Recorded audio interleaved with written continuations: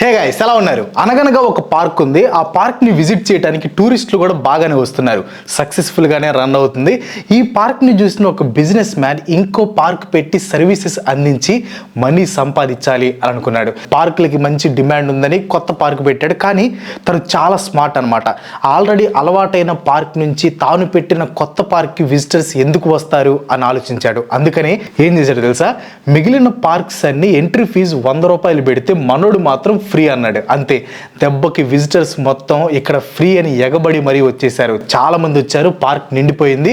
ఎవరు కూడా ఆ పార్క్కి వెళ్ళట్లేదు, ఇక్కడికే వస్తున్నారు. మిగిలిన పార్క్స్ అన్ని మూతబడ్డాయి. అంతే, వెంటనే మనోడు తెలివిగా ఎంట్రీ ఫీజు వచ్చి ₹150 పెట్టాడు. అంతే, ఇప్పుడు చచ్చినట్లు చాలా మంది ఆ పార్క్కే రావాలి. కొత్తగా పెట్టిన పార్క్ బిజినెస్ మోడల్ ఎవరో కాదు, జియో టెలికాం నెట్వర్క్. జియో వచ్చాక మన ఇండియన్ టెలికాం ఇండస్ట్రీలో చాలా చేంజెస్ జరిగాయి. మిగిలిన అన్ని నెట్వర్క్స్ని కంప్లీట్గా డామినేట్ చేసింది. చాలా వరకు బ్యాంక్రప్ట్ అయిపోయాయి కూడా. కానీ జియోకి పోటీగా నిలబడిన ఒకే ఒక్క నెట్వర్క్ ఎయిర్టెల్. ఇప్పుడు ఈ రెండే మోనోపోలీ. ఇద్దరు కలిసి ఒకేసారి రేట్లు పెంచితే ఇంక మనం చేసేది ఏమీ లేదు.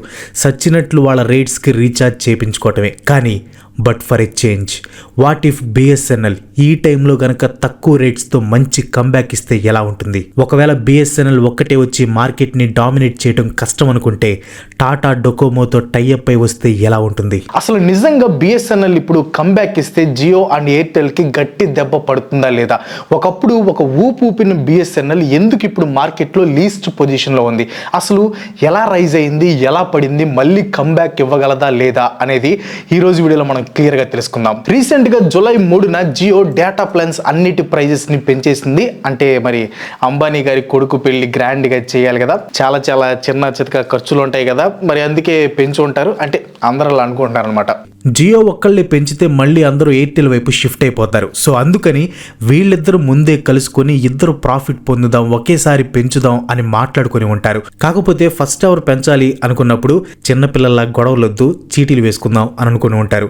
ఏదైతేనే పగడ్బందీగా ఇద్దరు రేట్లు పెంచేశారు. ఆ తర్వాత వడాఫోన్ కూడా పెంచేసింది.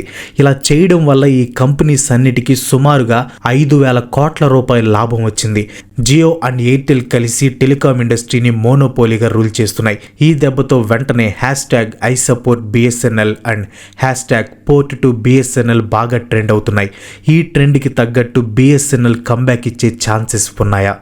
Golden era of BSNL Bharat Sanchar Nigam limited. Bharat Sanchar Nigam అంటే హిందీలో ఇండియా కమ్యూనికేషన్స్ కార్పొరేషన్ అని అర్థం. ఒక రకంగా బిఎస్ఎన్ఎల్ పుట్టడానికి ఇండైరెక్ట్ కారణం బ్రిటిషర్సే. 19th సెంచరీలో మొట్టమొదటిసారిగా టెలికాం నెట్వర్క్ కి ఫౌండేషన్ వేసింది బ్రిటిష్ వాళ్లే. 1850లో కోల్కతా నుంచి డైమండ్ హార్బర్ వరకు ఫస్ట్ టెలిగ్రాఫ్ లైన్ ని కట్టారు. తర్వాత నెక్స్ట్ 4 years లో బ్రిటిష్ ఈస్ట్ ఇండియా కంపెనీ దేశం మొత్తం టెలిగ్రాఫ్ లైన్ ని కట్టించి పబ్లిక్ కి సర్వీసెస్ ని ఓపెన్ చేసింది. ఇంకొక సంవత్సరం తర్వాత British imperial council Indian telegraph act ని పాస్ చేసింది. 1980లో డిపార్ట్మెంట్ ఆఫ్ టెలిగ్రామ్ స్థాపించబడింది. అప్పుడు Indian owned telegraph and telephone enterprises ని స్థాపించారు. ఈ స్టెప్పే బిఎస్ఎన్ఎల్ పుట్టడానికి కారణమైంది. ఇలా బిఎస్ఎన్ఎల్ కంపెనీ పుట్టుకుని వచ్చింది. అక్టోబర్ 1, 2000 సంవత్సరంలో దీన్ని లాంచ్ చేశారు. ఈ నెట్వర్క్ యొక్క మెయిన్ ఎయిమ్ ఏంటంటే మన ఇండియాలో రిమోట్ ఏరియాస్లో కూడా కనెక్టివిటీ అండ్ కమ్యూనికేషన్ని క్రియేట్ చేయాలి అని. అది కూడా చాలా రీజనబుల్ అండ్ అఫోర్డబుల్ ప్రైజెస్కి. హానెస్ట్గా చెప్పాలంటే ఇలాంటి ఎయిమ్తో ఇండియాలో ఏ నెట్వర్క్ కూడా లేదు. మిగిలిన అన్ని నెట్వర్క్స్ కూడా అర్బన్ ఏరియాస్లో ఫోకస్ చేస్తూ బిజినెస్ని ఎక్స్పాండ్ చేసుకోవాలి అని వచ్చాయి. కానీ బిఎస్ఎన్ఎల్ గవర్నమెంట్ నెట్వర్క్ కాబట్టి రూరల్ అండ్ రిమోట్ ఏరియాస్లో కూడా కమ్యూనికేషన్ ఉండేలా ట్రై చేసింది. అండ్ వీళ్ళకి ప్రాఫిట్ అసలు మెయిన్ మోటివే కాదు. ఎలాంటి ప్రాఫిట్ ఆలోచించకుండా ఒక మంచి మోటివ్తో టెలికాం ఇండస్ట్రీలోకి దిగిన one and only network BSNL. అనుకున్నట్టుగానే బిఎస్ఎన్ఎల్ కాంపిటీషన్లోకి దిగింది. ప్రైవేట్ నెట్వర్క్స్తో పోల్చుకుంటే చాలా తక్కువ రేట్స్కే సర్వీసెస్ని అందించింది. లాంచ్ అయిన మొదట్లోనే బిఎస్ఎన్ఎల్ ఎక్స్ట్రాడినరీ కస్టమర్స్ని, ఎక్సలెంట్ ప్రాఫిట్స్ని అచీవ్ చేసింది. 2000 సంవత్సరం నుంచి కూడా మన ఇండియాలో బిఎస్ఎన్ఎల్కి కస్టమర్స్ బాగా వచ్చారు. విలేజెస్లో కూడా ఎక్కువ మంది వచ్చారు. 2000 నుంచి 2008 వరకు బిఎస్ఎన్ఎల్ పీక్ లెవెల్కి వెళ్ళిపోయింది. ఈ గ్యాప్లో బిఎస్ఎన్ఎల్ కంపెనీ ₹46,000 కోట్ల ప్రాఫిట్ని సాధించింది. 2004, 2005 ఈ ఒక్క ఇయర్లోనే 10,183 కోట్ల ప్రాఫిట్ సాధించింది. ఈ 2000 to 2008 అనేది బిఎస్ఎన్ఎల్కి గోల్డెన్ ఎరా, టెలికాం మార్కెట్ని రూల్ చేసింది. మరి ఒక తోపు లాంటి ఈ బిఎస్ఎన్ఎల్ నెట్వర్క్ కింగ్ లాంటి పొజిషన్ని ఎలా వదులుకుంది? The downfall of BSNL. BSNL face చేసిన ఫస్ట్ ఛాలెంజ్ హెవీ కాంపిటీషన్. 2005లో బిఎస్ఎన్ఎల్కి టెలికాం ఇండస్ట్రీలో 21% మార్కెట్ షేర్ ఉండేది. అలానే ఎయిర్టెల్కి కూడా అదే పర్సంటేజ్లో మార్కెట్ షేర్ ఉండేది. 2008 వరకు ఈ మార్కెట్ షేర్ బాగానే మెయింటైన్ అయింది. కానీ 2009 నుంచి పరిస్థితులు బిఎస్ఎన్ఎల్కి అనుకూలంగా ఉండలేదు. 2009 నుంచి మార్కెట్ వాల్యూ మెల్లమెల్లగా తగ్గుతూ 2022కి వచ్చేసరికి బిఎస్ఎన్ఎల్ మార్కెట్ వాల్యూ కేవలం 10%కి పడిపోయింది. మిగిలిన 90% మార్కెట్ మొత్తం mostly Jio, Airtel, Vodafone, Idea చేతిలోనే ఉన్నాయి. బిఎస్ఎన్ఎల్ ఈ కాంపిటీషన్లో సక్సెస్ అవ్వలేకపోయింది. దీనికి రీజన్ ప్రైస్ వార్స్. జియో మార్కెట్లోకి ఎంటర్ అవ్వడమే బాగా చీప్ రేట్స్తో ఎంటర్ అయింది. స్టార్టింగ్లో చాలా సర్వీసెస్ని ఫ్రీగా కూడా ప్రొవైడ్ చేసింది. ఈ దెబ్బతో కస్టమర్స్ అందరూ చీప్గా వస్తున్న జియో నెట్వర్క్కి షిఫ్ట్ అయిపోయారు. ఇక్కడ జియోనా, ఎయిర్టెల్, బిఎస్ఎన్ఎల్ కాదు, ఏ నెట్వర్క్ అయితే తక్కువ రేటుకి ఇవ్వగలదో అటు కస్టమర్స్ వెళ్ళిపోతారు. అది కస్టమర్ సైకాలజీ. సో అందుకని మిగిలిన నెట్వర్క్స్ కూడా రేట్స్ అన్ని తగ్గించాయి. దీనివల్ల అవి నష్టాలు చూశాయి. ఆ టైంలో బిఎస్ఎన్ఎల్ మాత్రం రేట్స్ని పెంచడం తగ్గించడం చేయలేదు. కానీ కస్టమర్స్ని అయితే బాగా కోల్పోయింది. పైగా టెక్నాలజీ ర్యాపిడ్గా డెవలప్ అవుతున్న టైంలో మిగిలిన ప్రైవేట్ కంపెనీ స్మార్ట్ టాక్టిక్స్ని ఫాలో అవుతుంటే బిఎస్ఎన్ఎల్ మాత్రం డెసిషన్ మేకింగ్లో చాలా వెనకబడిపోయింది. ఎక్విప్మెంట్ని క్విక్గా అప్డేట్ చేసుకోవడంలో ఫెయిల్ అయింది. ఇంకో పక్క బిఎస్ఎన్ఎల్ కంపెనీ లాసెస్ని చూస్తుంటే ఎంప్లాయీ కాస్ట్ మాత్రం పెరుగుతూ వెళ్తుంది. కంపెనీ యొక్క ఎక్స్పెండిచర్లో 55 to 60% ఎంప్లాయీస్ కాస్ట్ ఉండేది. ఇవన్నీ ఒక పక్కన జరుగుతుంటే ఇంకో పక్క పొలిటికల్ ఫ్యాక్టర్స్ కూడా బిఎస్ఎన్ఎల్ మీద ఇంపాక్ట్ చూపించాయి. దయానిధి మారన్ అనే అతను టెలికమ్యూనికేషన్ మినిస్టర్గా ఉన్నప్పుడు ఒక స్కాండిల్ జరిగింది. 323 హై కనెక్షన్ బిఎస్ఎన్ఎల్ లైన్స్ ని సన్ టీవీ నెట్వర్క్ అనే ప్రైవేట్ మీడియా కంపెనీకి ఇచ్చినప్పుడు ఇది ఫేమస్ 2G స్పెక్ట్రమ్ స్కామ్ కి దారితీసింది. ఇంకంతే, అప్పటి నుంచి బిఎస్ఎన్ఎల్ తన లాయల్ కస్టమర్స్ ని కోల్పోవటం మొదలైంది. బాగా లాసెస్ మొదలయ్యాయి. కంపెనీ ఫేమ్ మీద దెబ్బ పడింది.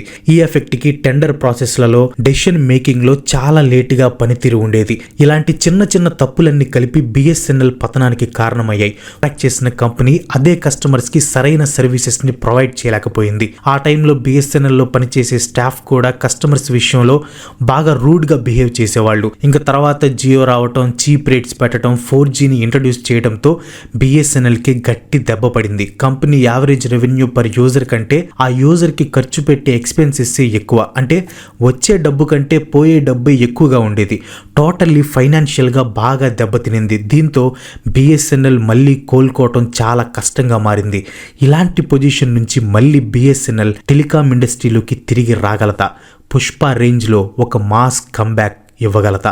ప్రస్తుతం ఉన్న మార్కెట్లో Jio 40% share, Airtel 33% share, Vodafone, Idea 10 to 15% షేర్ని కలిగి ఉన్నాయి.